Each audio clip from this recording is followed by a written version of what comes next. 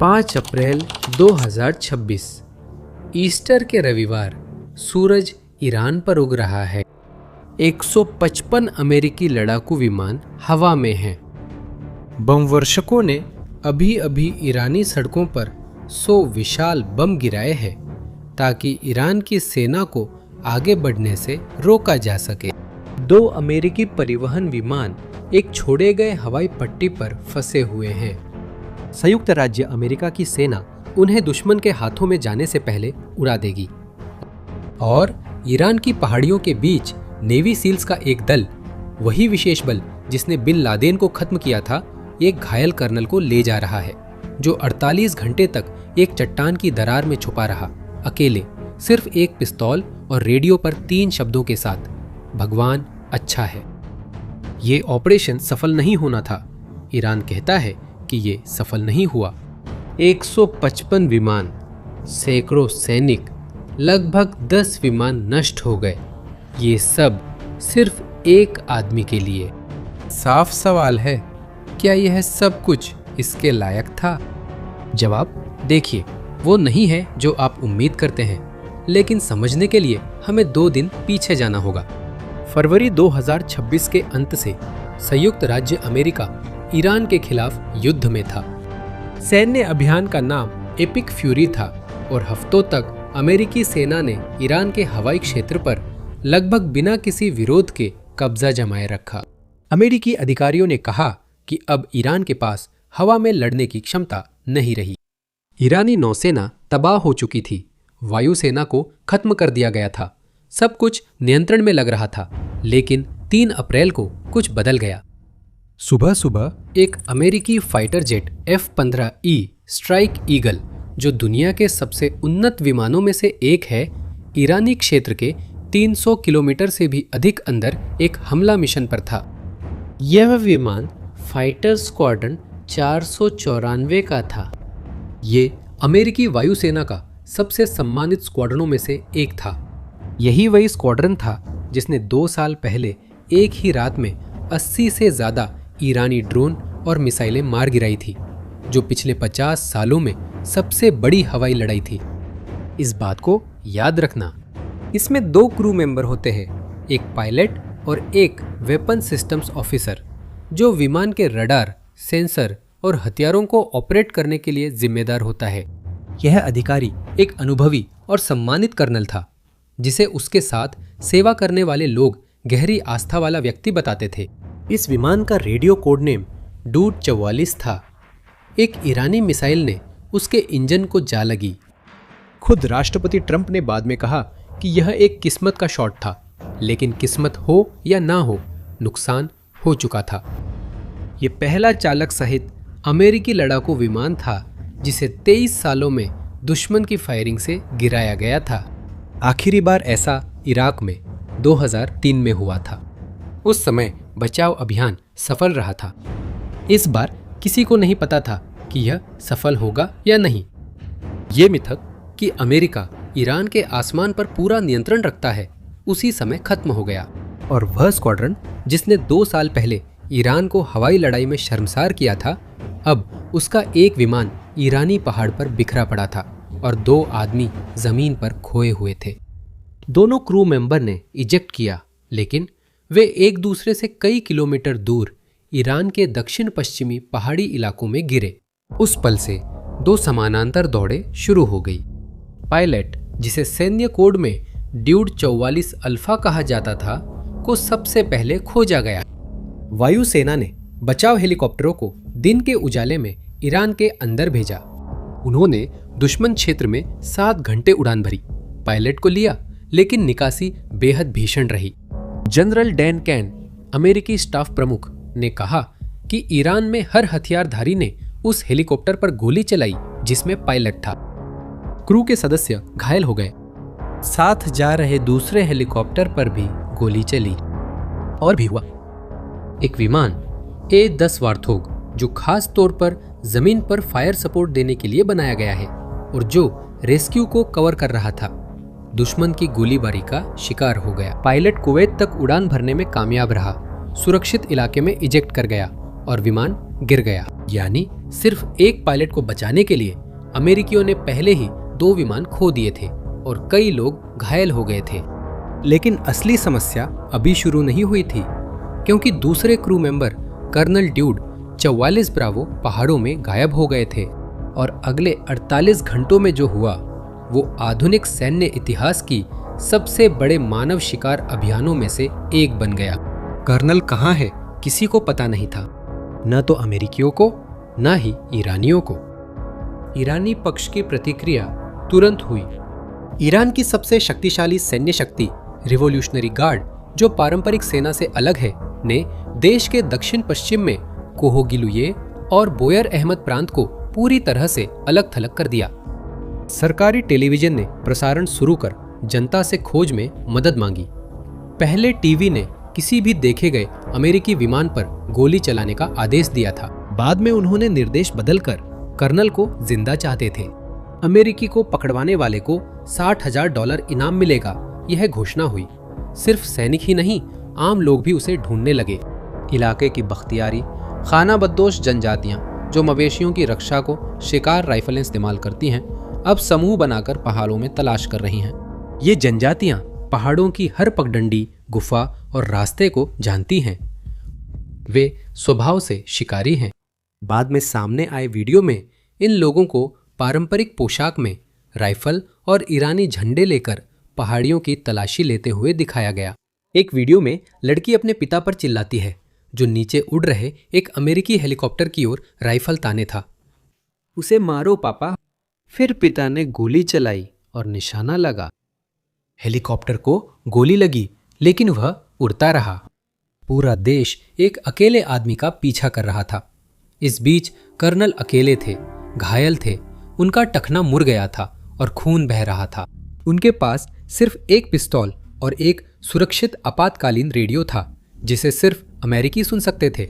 और वह survival training जो हर अमेरिकी सैनिक को मिलती है, जिसे सीर कहा जाता है, एक ऐसा प्रोग्राम जो दुश्मन के इलाके में जिंदा रहना, बचना, विरोध करना और भागना सिखाता है।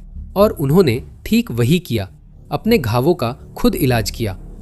उन्होंने 2000 मीटर से भी ज्यादा ऊंचाई पर एक पहाड़ी की चोटी पर चढ़ाई की और एक चट्टान की दरार में घुस गए, जहां वे छुपे रहे। उन्हें पता था कि वे रेडियो का इमरजेंसी सिग्नल ज्यादा देर तक इस्तेमाल नहीं कर सकते। अगर वह ज्यादा देर चलता तो ईरानी सिग्नल पकड़कर उन्हें पहले ढूंढ लेते, इसलिए वे छोटे छोटे संदेश जल्दी भेजकर बंद कर देते थे। उसके ऊपर अमेरिकी MQ-9 रीपर ड्रोन, जो बिना पायलट के विमान हैं और दूर से नियंत्रित किए जाते हैं, उस इलाके के ऊपर उड़ रहे थे और निगरानी कर रहे थे। जब भी कोई हथियारबंद व्यक्ति बहुत करीब 3 किलोमीटर से कम दूरी पर आ जाता तो ड्रोन हमला कर देते थे। यही उसकी एकमात्र सुरक्षा थी। लेकिन समय तेजी से बीत रहा था और हजारों लोग उसके चारों ओर घिरते जा रहे थे। यहीं पर CIA ने कार्रवाई की और जो चाल उन्होंने चली उसने सब कुछ बदल दिया। एजेंसी ने ईरान में दुष्प्रचार अभियान चलाया। उसने झूठी खबर फैलाई कि कर्नल पहले ही बचाए जा चुके हैं और उसे काफिले के साथ जमीनी रास्ते से देश से बाहर ले जाया जा रहा है। मकसद सीधा था, ईरानियों को झूठे सुरागों के पीछे दौड़ाना, जबकि CIA असली आदमी को ढूंढ रही थी। और यह काम कर गया। जब ईरानी बल झूठे सुराग के पीछे भाग रहे थे, CIA ने कर्नल के सिग्नल को ट्रैक किया और उस पहाड़ की दरार को ढूंढ लिया जहां वो छिपा हुआ था। CIA के निदेशक जॉन रैडक्लिफ ने इस ऑपरेशन की तुलना रेगिस्तान में रेत के एक कण को खोजने से की। CIA ने ये निर्देशांक पेंटागन को सौंप दिए, जो संयुक्त राज्य अमेरिका का सैन्य कमांड सेंटर है। लेकिन ईरान में सैकड़ों सैनिक भेजने से पहले उन्हें एक बात की पूरी तरह से पुष्टि करनी थी। क्या वह संकेत असली था या वह एक जाल था? क्योंकि वहां एक वास्तविक खतरा था। ईरानियों ने शायद कर्नल को पकड़ लिया हो, उसका रेडियो ले लिया हो और अमेरिकियों को घात में फंसाने के लिए उसी सिग्नल का इस्तेमाल कर रहे हों। और उसी समय 3 शब्दों वाला एक संदेश लगभग पूरे ऑपरेशन को रद्द कर देता। कर्नल ने रेडियो पर एक छोटा सा संदेश भेजा, सिर्फ 3 शब्द, भगवान अच्छा है। अमेरिकी कमांड में कोई जश्न नहीं हुआ। चुप्पी, चिंता। खुद ट्रंप ने कहा कि यह संदेश कुछ वैसा ही लगता है जैसा कोई मुसलमान कहेगा। अधिकारियों को डर था कि कहीं कोई ईरानी पकड़े गए रेडियो का इस्तेमाल करके जाल न बिछा रहा हो। वह वाक्य बहुत छोटा था, सैन्य मानकों से अलग था, बहुत ज्यादा धार्मिक था, बहुत ज्यादा संदिग्ध था। वहां एक असली तनाव का पल था। अगर वे बचाव दल भेजते और वह एक जाल होता तो वे सैकड़ों अमेरिकी सैनिकों को घात में डाल रहे होते। अगर वे नहीं भेजते तो कर्नल पकड़ा या मारा जाता। जवाब उस व्यक्ति से आया जो उसे जानता था। कर्नल के साथ काम करने वाले अधिकारियों ने पुष्टि की। वह गहराई से धार्मिक था। वह वाक्य एक जाल नहीं था, ये बिल्कुल वही था जो एक आस्थावान व्यक्ति विमान से इजेक्ट होने के बाद कहेगा। एक पहाड़ पर गिरना, गंभीर चोटें और 24 घंटे तक पीछा किया जाना। ट्रंप ने तुरंत बचाव की अनुमति दी और जो उसके बाद हुआ वह शायद बोस्निया युद्ध के बाद से सबसे बड़ा सैन्य बचाव अभियान था। 155 विमान हवा में गए, 4 बम वर्षक, 64 लड़ाकू विमान, 48 टैंकर विमान जो अन्य विमानों को उड़ान के दौरान ईंधन भरने के लिए थे, 13 बचाव विमान, जमीन पर नेवी सील्स, मशहूर सील टीम 6, वायुसेना के विशेष ऑपरेशन, सेना की एविएशन और कॉम्बैट डॉक्टर।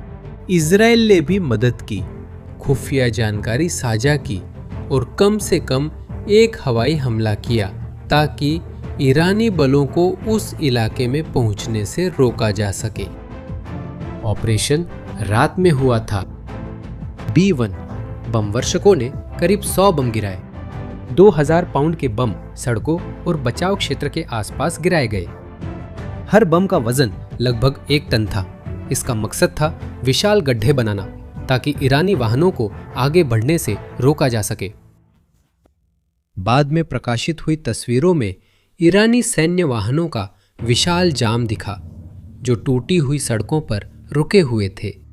वे वहां नहीं पहुंच सके और कुछ नहीं कर सके। CIA ने ईरानियों को एक बार फिर भ्रमित करने के लिए 40 किलोमीटर दूर एक फर्जी जगह पर भी विमान भेजे। ट्रंप ने कहा कि ईरानियों को धोखा देने के लिए 9 विमान भेजे गए, जबकि असली ऑपरेशन कहीं और चल रहा था। 2 C-130 परिवहन विमान ईरान के अंदरूनी इलाके में इस्फान शहर के पास एक खेत में छोड़े गए एक पुराने रनवे पर उतरे। उन्होंने वही अस्थायी बेस बनाया। छोटे और फुर्तीले हेलीकॉप्टर लिटिल बर्ड, जो विशेष अभियानों में काम आते हैं, ने कमांडोज को उस पहाड़ तक पहुंचाया जहां कर्नल छिपा था। सील्स उसके पास पहुंच गए। वो जिंदा था, घायल था लेकिन खड़ा था। गोलियों की बौछार में पीछे हटना हुआ। फिर वो पल आया जिसने सब कुछ लगभग एक तबाही में बदल दिया।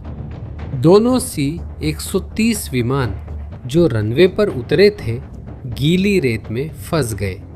वे उड़ान नहीं भर पा रहे थे और वे वहां रुक भी नहीं सकते थे। अगर ईरानी उन विमानों को सही सलामत पा लेते तो उन्हें अमेरिकी अत्याधुनिक सैन्य तकनीक तक पहुंच मिल जाती। समाधान बहुत कठोर था। अमेरिकी कमांड ने आपातकालीन योजना सक्रिय कर दी। उन्होंने 3 छोटे और तेज विमान भेजे। सभी कर्मियों को स्थानांतरित कर दिया गया और दोनों C-130 विमान वही उड़ा दिए गए। साथ ही 4 लिटिल बर्ड हेलीकॉप्टर भी, जिन्हें मिशन में इस्तेमाल किया गया था। उन्होंने सब कुछ नष्ट कर दिया ताकि कुछ भी ईरानियों को न मिले। कर्नल को ईस्टर रविवार सुबह सूरज निकलते ही ईरान से बाहर ले जाया गया। इस अभियान में कोई अमेरिकी नहीं मरा। अब इस मिशन में अमेरिकियों ने क्या खोया, इसका हिसाब लगाओ। एक F-15E मार गिराया गया, एक A-10 मार गिराया गया, 2 C-130 परिवहन विमान उड़ा दिए गए, 4 हेलीकॉप्टर नष्ट कर दिए गए, 2 ब्लैक हॉक हेलीकॉप्टर क्षतिग्रस्त हो गए, क्रू मेंबर घायल हुए। ये सब सिर्फ एक आदमी को लौटाने के लिए हुआ। और यहाँ अतीत का एक भूत सामने आता है जो इस कहानी को और भी ताकतवर बनाता है। 1980 में संयुक्त राज्य अमेरिका ने तेहरान, जो ईरान की राजधानी है, में अमेरिकी दूतावास में फंसे 52 अमेरिकी बंधकों को बचाने की कोशिश की थी। इस ऑपरेशन का नाम ईगल क्लॉ था। यह पूरी तरह से एक आपदा थी।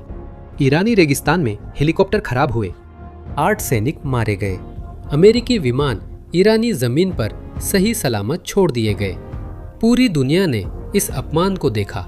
राष्ट्रपति जिमी कार्टर ने इसी वजह से फिर से चुनाव हार गए और अब 2026 में समानताएं डरावनी थीं। फिर से अमेरिकी विमान ईरानी जमीन पर फंस गए थे। फिर से विमान नष्ट कर दिए गए। फिर से दुनिया देख रही थी, लेकिन इस बार परिणाम उल्टा था। दोनों चालक दल के सदस्यों को बचा लिया गया। कोई भी अमेरिकी नहीं मरा। और सबसे महत्वपूर्ण अंतर, 1980 में अमेरिकियों ने ईरानी जमीन पर विमानों को सही सलामत छोड़ दिया था। 2026 में वे जाने से पहले सब कुछ नष्ट कर गए।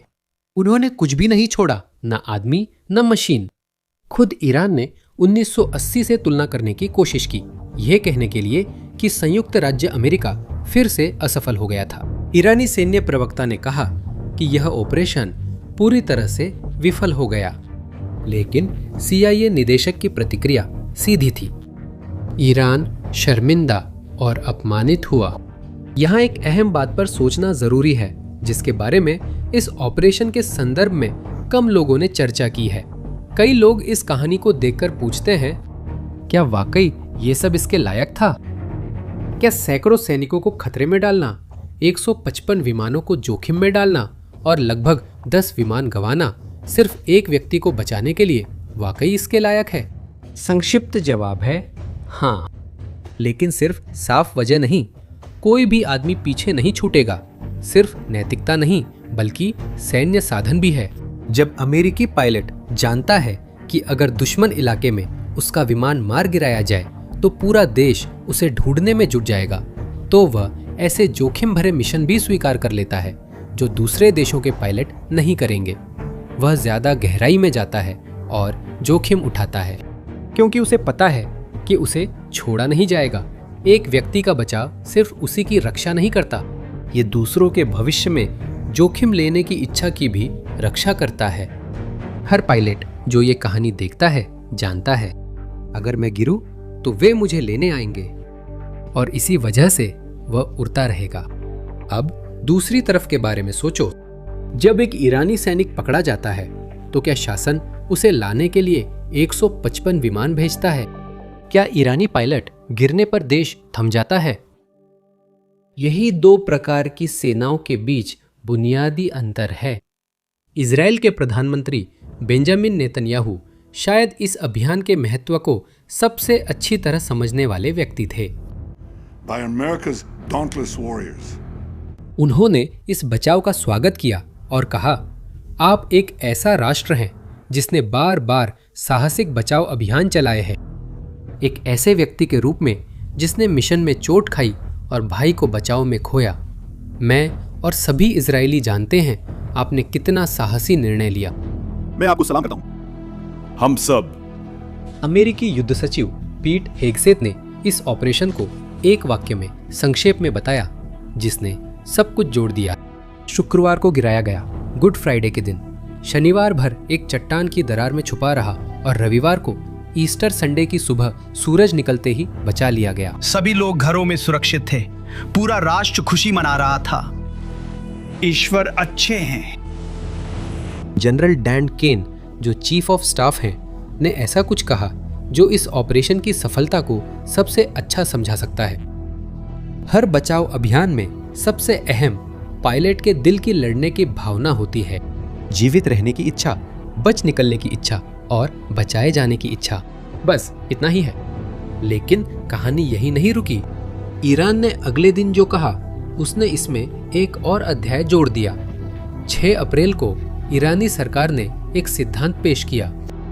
उसने कहा कि बचाव अभियान असल में चोरी करने के लिए एक दिखावा था। संवर्धित यूरेनियम, वो सामग्री जो इस्फहान के पास मौजूद ईरानी स्थापनाओं से परमाणु हथियार बनाने में इस्तेमाल हो सकती है। तर्क ये था कि अमेरिकियों का अस्थायी अड्डा उस जगह से दूर था जहां कर्नल गिरे थे। परमाणु परिसर के और करीब। इस सिद्धांत को एक वजह से मजबूती मिली। बचाव से कुछ दिन पहले अमेरिकी अखबारों ने ऐसी रिपोर्टें छापी थीं जिनमें इस्फहान से लगभग आधा टन यूरेनियम को जब्त करने के लिए विशेष बलों के इस्तेमाल की योजना पर काम चलने की बात कही गई थी। अमेरिकी बेस की जगह और परमाणु संयंत्रों की स्थिति के बीच की समानता ने शक को और बढ़ा दिया, लेकिन सच्चाई यह है कि अब तक कोई ठोस सबूत सामने नहीं आया है जो ईरानी आरोप की पुष्टि कर सके। जैसा उम्मीद थी, ये कहानी ईरान के लिए फायदेमंद रही और मुद्दा बदल गया।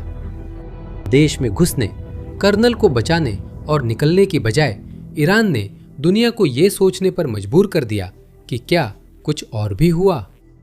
रुककर सोचिए, एक आदमी ईरान के बीच आसमान से गिरा, घायल, अकेला, पिस्तौल के साथ और रेडियो पर 3 शब्द। दुनिया की सबसे बड़ी सैन्य शक्ति ने उसे वापस लाने के लिए पूरा देश छान मारा। क्योंकि कुछ सेनाएं होती हैं जो अपने लोगों को छोड़ देती हैं। कुछ सेनाएं एक आदमी को लाने के लिए आसमान जमीन एक कर देती हैं। अब मैं आपसे जानना चाहता हूं, इतना सब होने के बाद क्या आपको लगता है कि यह ऑपरेशन सिर्फ एक बचाव अभियान था, या आप ईरान के इस दावे पर विश्वास करते हैं कि इसके पीछे कुछ और था? अपनी राय कमेंट्स में बताएं।